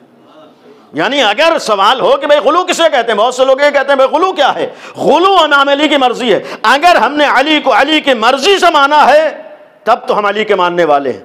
लेकिन लाख कहते हैं अली मौला आप जो भी कहिए हम तो अपने हिसाब से मानेंगे। आज एक तबका वही है कि अली लाख मना करते रहे। नुसैरियों का मामला क्या था, नुसैरी वही तो थे कि अली मना कर रहे हैं, अली खुद लानत कर रहे हैं, लेकिन कह रहे नहीं हम तो अली को अपने हिसाब से मानेंगे। इसी को गुलू कहा जाता है। नहीं, अगर अली को मानना है तो अली की मर्जी को निगाहों में रखना होगा। जितना अली ने हुक्म दिया है, जितना अली राजी हैं, अमीर मोमिनीन का यही तो जुमला था कि हमें रुबूबियत से नीचे रखो, हमारे और खुदा के दरमियान खालिक और मखलूक का फ़र्क रखो। ये यकीन रखो कि पैदा करने वाला तन्हा वही है, रब तन्हा वही है और हम उसके बंदे हैं। अगर तुमने ये फ़र्क बाकी रखा, उसके बाद जो भी हमारे बारे में कहना चाहो कह सकते हो, उसके बाद हमारे बारे में जो भी कहना चाहे कह सकते हो। इससे हमारी अजमत में कमी नहीं आएगी बल्कि हमारी अजमत में इजाफा होगा। इसलिए कि दुनिया में ऐसा तो कोई हो जिसे देख कर अल्लाह याद आ रहा हो। दुनिया में ऐसा तो हो कोई अल्लाह तक पहुंचाने वाला हो, इसलिए कि हम तो वो हैं जितने हमारे फजाइल बयान करोगे यही तो कहने पर मजबूर हो गए कि जब अली ऐसे हैं तो जिस खुदा ने इन्हें पैदा किया है वो कितनी अजमतों का हामिल होगा।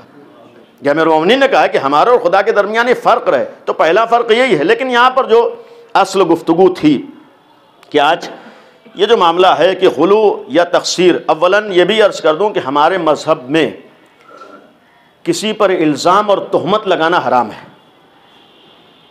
यानी किसी पर भी इल्ज़ाम और तहमत लगाना हराम है। मसलन अगर कोई गाली नहीं है और हम उसे गाली कह रहे हैं तो इल्ज़ाम है, कोई मुक़स्सिर नहीं है हम अपने हिसाब से उसे मुक़स्सिर कह रहे हैं तो इल्ज़ाम है। तो पहली चीज़ है कि इल्ज़ाम और तहमत जायज़ नहीं, हराम है। दूसरी चीज़ है कि अगर हम किसी के ऊपर उंगली उठा रहे हैं तो कम से कम हमें पता तो हो कि गुलू किसको कहते हैं, हमें मालूम तो हो कि मुक़स्सिर किसे कहते हैं। ऐसा नहीं है कि आज सबसे बड़ी शायद बाज़ जगहों पर मजबूरी है कि हमने दीन, शरीयत, विलायत को अपना मिजाज और अपने फ़िक्र बना रखा है। वाक़ईन अगर जाकर जायज़ा लें, बहुत सी जगहों पर मामला सिर्फ इतना है कि हम ये सोचते हैं जितना हमारी समझ में आया यही दीन है, जितना हमारी समझ में आया यही विलायत है, जितना हमारी समझ में आया यही अली है। जो भी हमारे मिजाज के ख़िलाफ़ है वो या तो मुक़स्सिर है या गाली है। लेकिन यकीन रखिए कि हमारी फ़िक्र और हमारे नज़रिए को न तो अली कहते हैं न विलायत कहते हैं। जो अली हैं वही अली रहेंगे, जो विलायत अली की अज़मत है वही अज़मत विलायत रहेगी। आज हमारा फरीज़ा है कि हम उसे पहचानें, और जब हम पहचान लेंगे तभी मालूम होगा कि नुक्ता एतदाल क्या है, जिससे आगे बढ़ जाने वालों को गाली कहा गया है। अब यहाँ पर गाली किसे कहते हैं? बहरहाल जो हमारे यहाँ रवायात की रोशनी में उलमा ने मासूमीन की रवायात को सामने रखकर जो मेयार बताया है कि गाली किसको कहा जाता है, यानी हद से आगे बढ़ जाने वाला, गुलू करने वाला कौन है।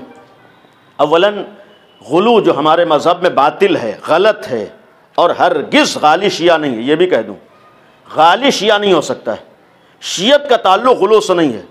बहुत से अफराद गाली रहे हैं और दुश्मनों ने उनको शियत से जोड़ने की कोशिश की है। जिम्मेदारी से एक जुमला अर्ज़ कर रहा हूँ, शियत में गुलू का कोई तसव्वुर नहीं है।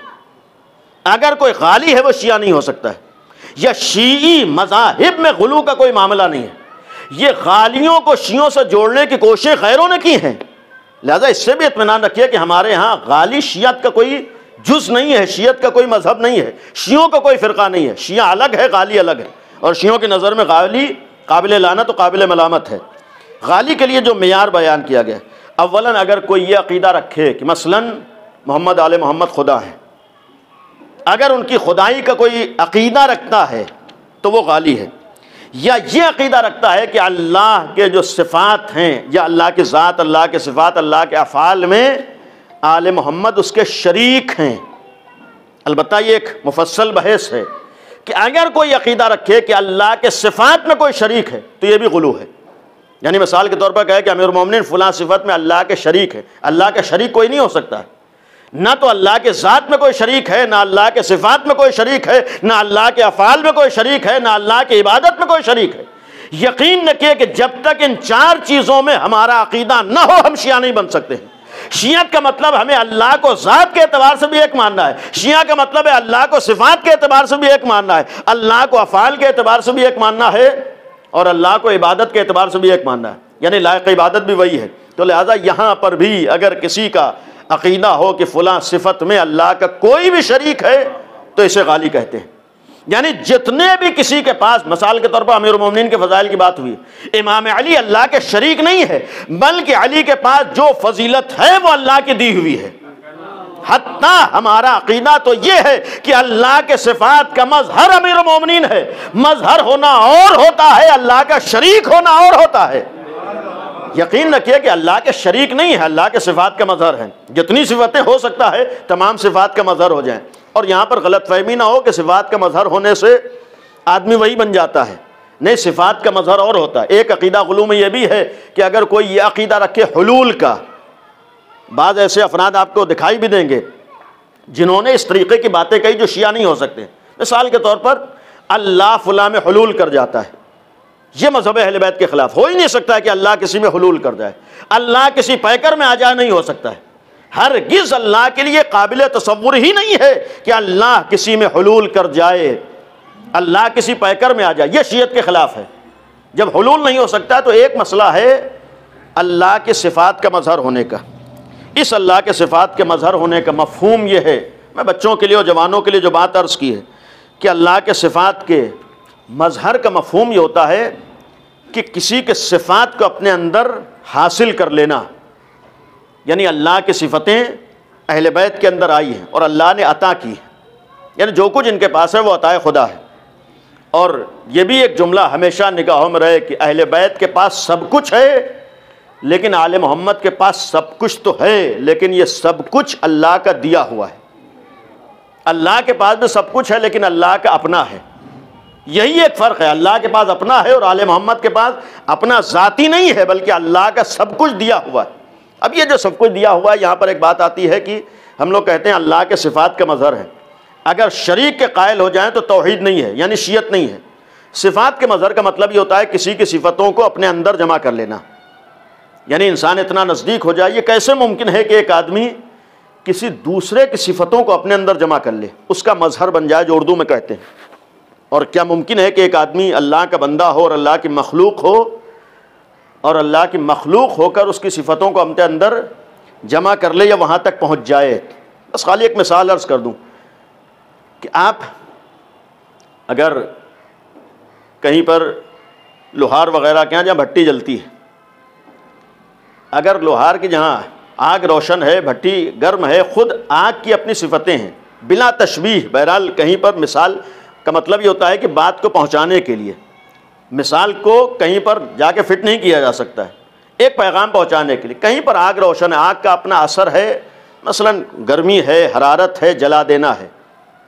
अगर इसी आग के अंदर आप किसी लोहे के टुकड़े को ले जाकर डाल दीजिए, तो इस लोहे के टुकड़े को अगर हम आग के अंदर डाल दें, कुछ देर के बाद जो असर आग का है वो लोहे के टुकड़े में आ जाएगा।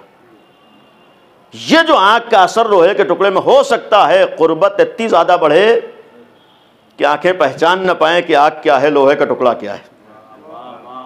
लेकिन ये देखने वाले की गलती होगी, हकीकत में कोई फ़र्क नहीं आया है। लोहा लोहा है, आग आग है। यही जो लोहे के टुकड़े में सिफतें आई हैं, इसी को सिफात का मजहर होना कहते हैं। यानी आले मोहम्मद ने अपने को अल्लाह से इतना नज़दीक किया है कि उसके तमाम सिफात इनके अंदर आ गए हैं, लेकिन ये मखलूक है, वो खालिक है। एक सलवात पढ़ दिए मोहम्मद व आले मोहम्मद।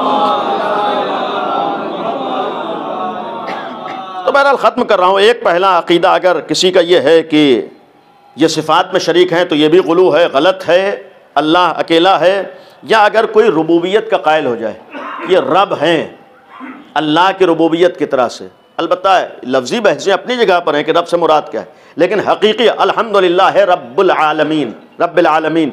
ये जो हम कहते हैं तन्हा अल्लाह के लिए, ये रुबूबियत अल्लाह से मखसूस है, कोई शरीक नहीं हो सकता। अगर कोई अमीर मोमिनीन के लिए, पैगम्बर के लिए, आले मोहम्मद के लिए अक़ीदा रखे वो गाली है या मुशरिक है। या इसी तरीके से मसलन कहे कि ये नबी हैं, इमाम अली के लिए अगर अक़ीदा रखे कि नबी है तो ये भी गलत है, इसलिए कि पैगम्बर के ऊपर नबूवत ख़त्म हो गई है। या कोई अक़ीदा रखे कि अल्लाह इनके जिस्म में दाखिल हुआ है, ये भी गलत है, ये भी गुलू है। या ये कोई अक़ीदा रखे कि अहले बैत अल्लाह से हट कर मसलन इल्म गैब रखते हैं, यानी अहले बैत के पास इल्म गैब है, हमारा अक़ीदा है, लेकिन अहले बैत के पास अपना ज़ाती नहीं है बल्कि अल्लाह का दिया हुआ है। ऐसा नहीं है कि अल्लाह से कोई मतलब नहीं, ये वहाँ तक पहुँच गए, नहीं, इनके पास इल्म गैब है, इल्म इलाही है, लेकिन अल्लाह का दिया हुआ है। यहाँ पर अगर कोई अक़ीदा रखे अल्लाह से कोई मतलब नहीं, इनका ज़ाती कमाल है, ये खुद इल्म रखते हैं, नहीं, ऐसा नहीं है। इसी को हमारे उलमा ने कहा गुलू है।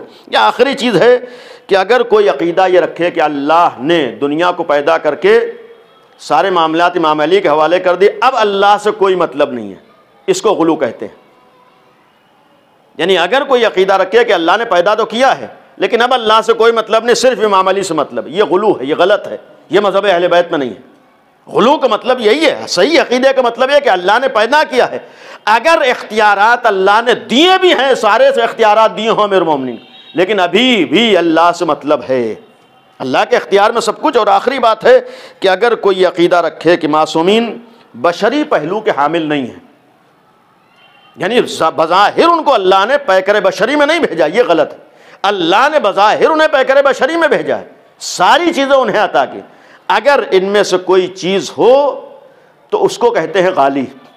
पहले साबित तो हो कि सामने वाला ये अकीदा रखता है, तब हमें हक है उसके ऊपर उंगली उठाने का। और बस ख़त्म कराऊँ, तक़सीर की भी बात अर्ज़ कर दूँ। मुक़स्सिर किसे कहते हैं? मुक़स्सिर का मतलब होता है कोई ये कहे कि मसलन अहले बैत मासूम नहीं है, उनकी इस्मत का इनकार करे, यह है मुक़स्सिर।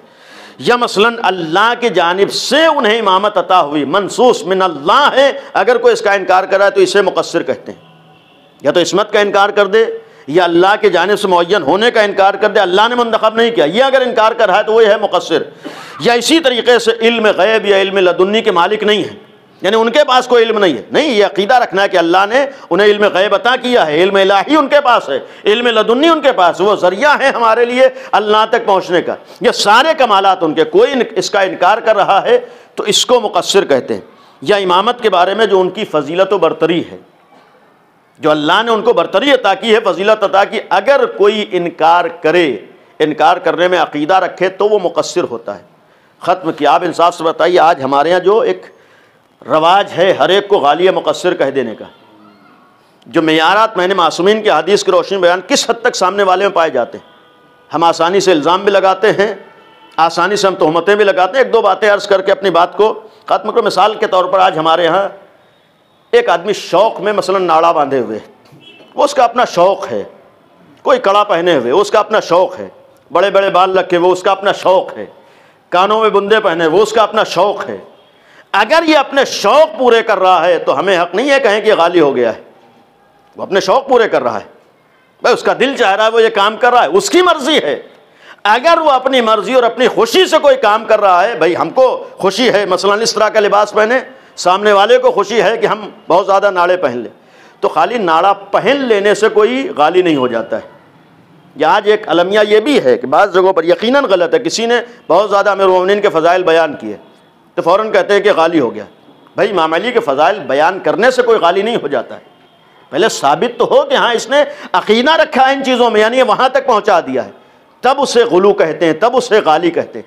यानी खाली अमीरुल मोमिनीन के फ़ज़ाइल बयान करने से कोई गाली नहीं हो जाता है, न तो पहनावे से गाली होता है। या आज के ज़माने में बाज़ नौजवानों को शौक़ है दूसरों की देखा देखी बाज़ अल्फाज को अपना लेने का। मसलन बहुत से नौजवान ये सोचते हैं कि जब अपने को मलंगी कहेंगे तो ज़्यादा शिया कहे जाएंगे, यानी बहुत बड़े हम मौलाई हो जाएंगे। तो भाई अगर वो अपने को मलंगी देखा देखी में कह रहा है तो इसका मतलब ये नहीं कि गाली हो गया है, जब तक उसका अक़ीदा गुलू वाला ना हो। देखिए ये उसकी अपनी नादानी है, ये उसकी अपनी लाइल्मी है कि वो पैगम्बर के दिए हुए लफ्ज़ को छोड़कर अहले गैरों के दिए हुए लफ्ज़ पर नाज करता हुआ नजर आ रहा है। वाक़यन अगर उसे शियत की अहमियत का अंदाज़ा होता तो हो ही नहीं सकता था कोई अली का शिया होकर अपने को मलंगी वलंगी कह रहा होता। नहीं, सबसे बेहतरीन लफ्ज़ जो अल्लाह ने अहले बैत के ज़रिए से और पैगम्बर के ज़रिए से हमारे बायस नाज और फ़ख्र होने के लिए अता किया वो अली का शिया होना है। तो हम लोगों को शिया होने पर नाज होना चाहिए, ना ये कि गैरों के दिए हुए जिनकी खुद असलियत का पता नहीं और हम नाज करें कि हम वो लफ्ज़ हैं। एक सलवात पढ़ दिए मोहम्मद व आले मोहम्मद।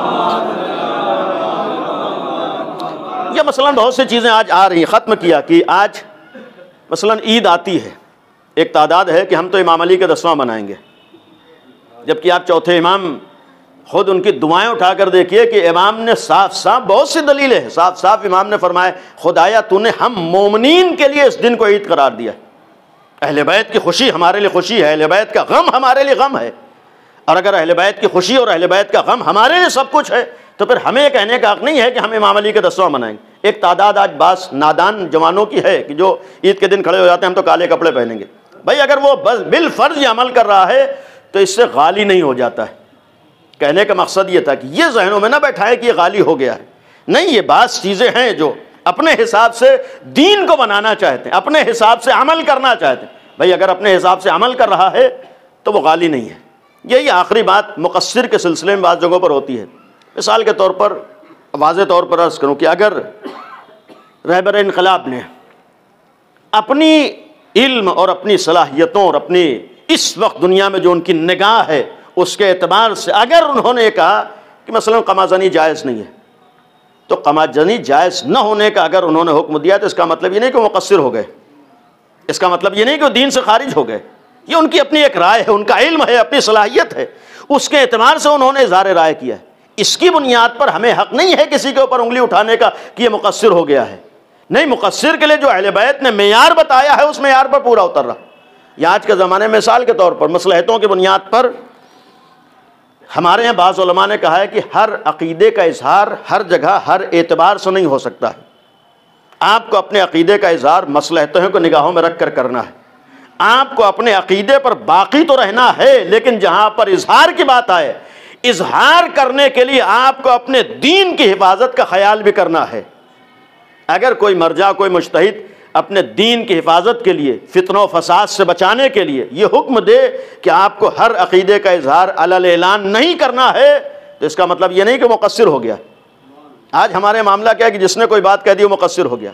भाई बिलफर्ज अगर कोई आकर अपने एतबार से इस्लाह की बात करे, अपने एतबार से बाज़ चीज़ों की तब्दीली की बात करे, तो इसका मतलब ये नहीं कि मुक़स्सिर हो गया। नतीजा यही है कि हम हर एक के ऊपर फ़ौरन ही इल्ज़ाम न लगाएं। बारगाह खुदाबंदी में हम जवाबदेह हैं किसी पर इल्ज़ाम लगाने के लिए। आज हमें हक़ नहीं हर एक के ऊपर इल्ज़ाम लगाने का। और दीन, शरीयत, मज़हब तो हमें यह पैगाम देता है कि हमें हक़ के मानने वालों में इजाफे की कोशिश करना है, हक़ के मानने वालों में कमी नहीं करना है। इसलिए कि इस दीन को बचाने के लिए जब हुसैन इब्न अली ने करबला का रुख किया है तो करबला ही में क़ुरबानियाँ नहीं हैं, बल्कि करबला से पहले क़ुरबानियों का आगाज़ हो चुका है। और उन्हीं क़ुरबानियों के आगाज़ में एक ज़ात गिरामी है जिसे इमाम हुसैन ने कूफे भेजा है।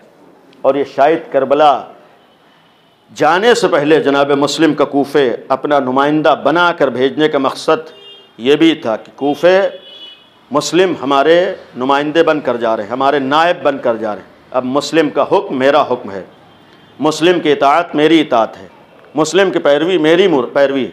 और गोया मुस्लिम इब्न अकील की मुखालिफत ये हुसैन की मुखालिफत है। इमाम मासूम मौजूद है, लेकिन जनाब मुस्लिम को करबला से पहले भेज कर अपना नुमाइंदा बनाकर रहती दुनिया तक शायद पैगाम दे दिया कि जहाँ पर ख़ुद इमाम न जाए अपना नायब भेजता है। यह हो सकता है जब गैबत का ज़माना हो तो नायब इमाम उस इमाम के ज़िम्मेदारियों को पूरा कर रहा हो और दुनिया तक दीन और मज़हब को पहुँचा रहा हो। यह करबला का जनाब मुस्लिम जैसे एक नुमाइंदे को भेज कर पैगाम था कि उसकी इताअत हुसैन इब्न अली की इताअत है। और जनाब मुस्लिम को जब भेजा है, कूफे में आए हैं।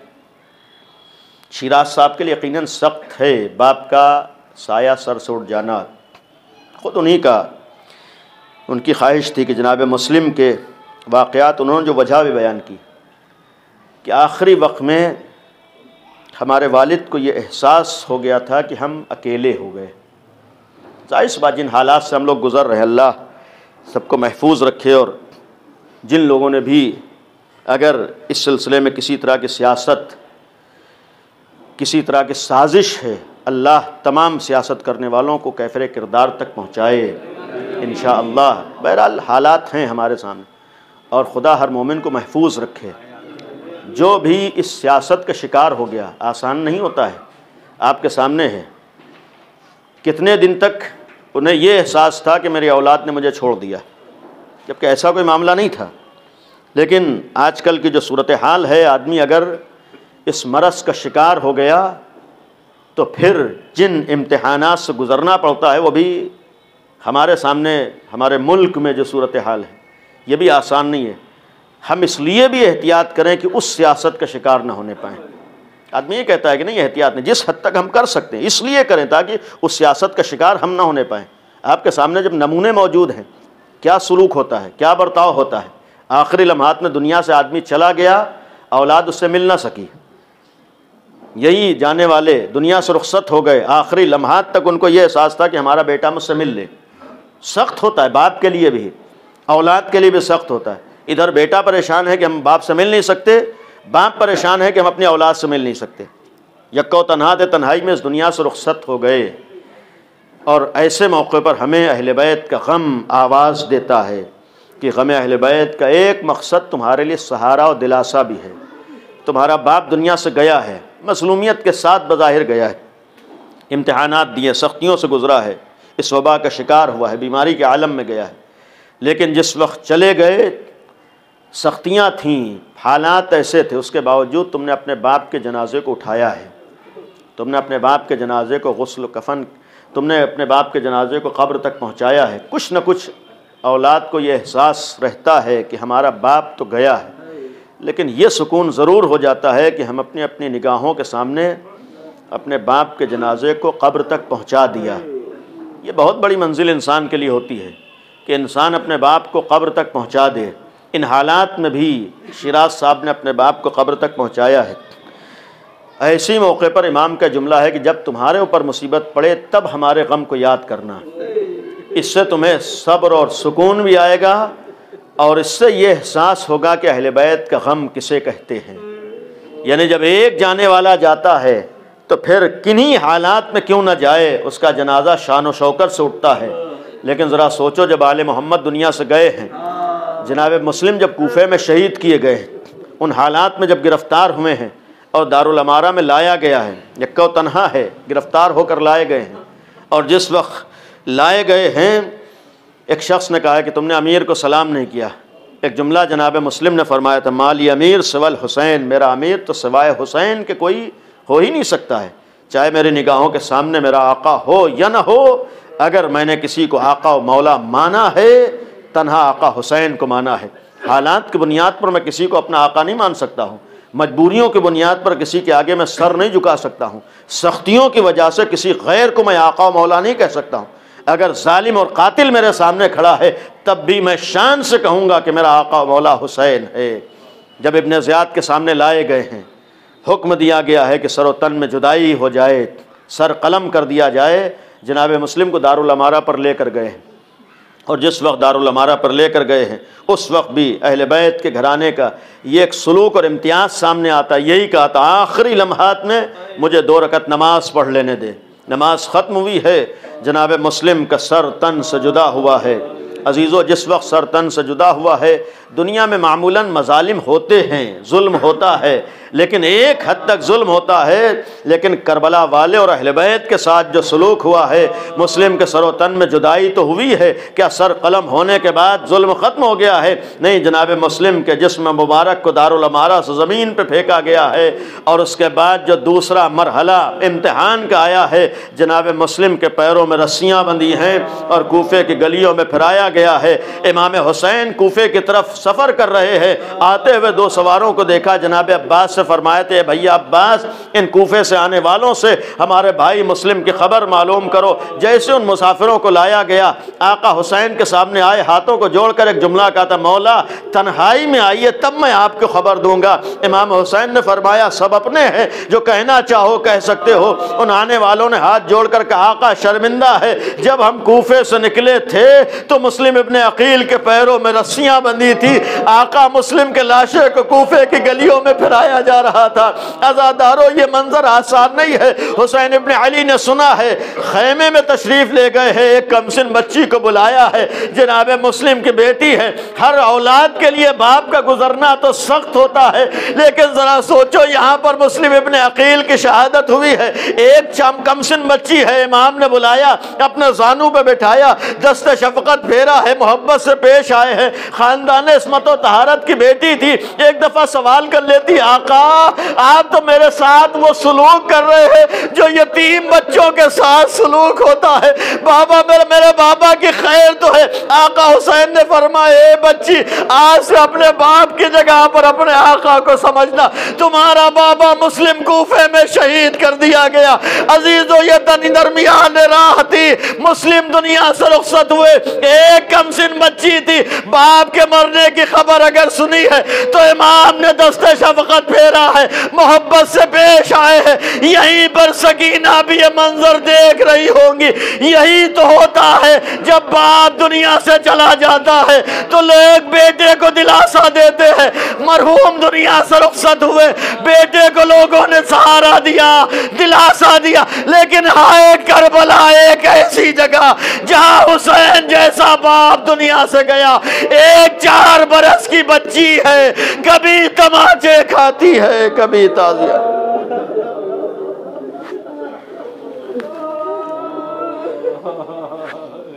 अला लानतुल्लाह अलल कौमिज़ ज़ालिमीन सअलमुल्लज़ीना ज़लमू अय्यमन क़लबी यनक़लिबून। खुदाया हमारी इस इबादत को कबूल फरमा, खुदाया इस ज़िक्र को मरहूम की मग़फ़िरत का ज़रिया करार दे। खुदाया पसमानदगान को सब्र अता फ़रमा। माबूद अस्मत अहल बैत का वास्ता है दुनिया में अमन व अमान कायम फरमा। खुदाया हाज़रीन के दिली हाजात को कबूल फरमा। खुदाया जो बीमार व मरीज़ हैं उन सब को शिफ़ाए कामिल व आजिल इनायत फरमा। माबूद इस दुनिया से वबा का ख़ात्मा फरमा। माबूद इस वबा से दुनिया को नजात अता फरमा। खुदाया अज़मत अहल बैत का वास्ता है दुनिया से ज़ुल्म व ज़ालिमीन का ख़ात्मा फरमा। माबूद आले मोहम्मद का वास्ता है हम सब का अमीरुल मोमिनीन की सही मारिफत अता फ़रमा। खुदाया हम सब को अपने ज़माने के इमाम को पहचानने की तौफ़ीक़ इनायत फ़रमा। माबूद अज़मत आले मोहम्मद का वास्ता है इमाम ज़माना को हमसे राज़ी और खुशनूद फ़रमा।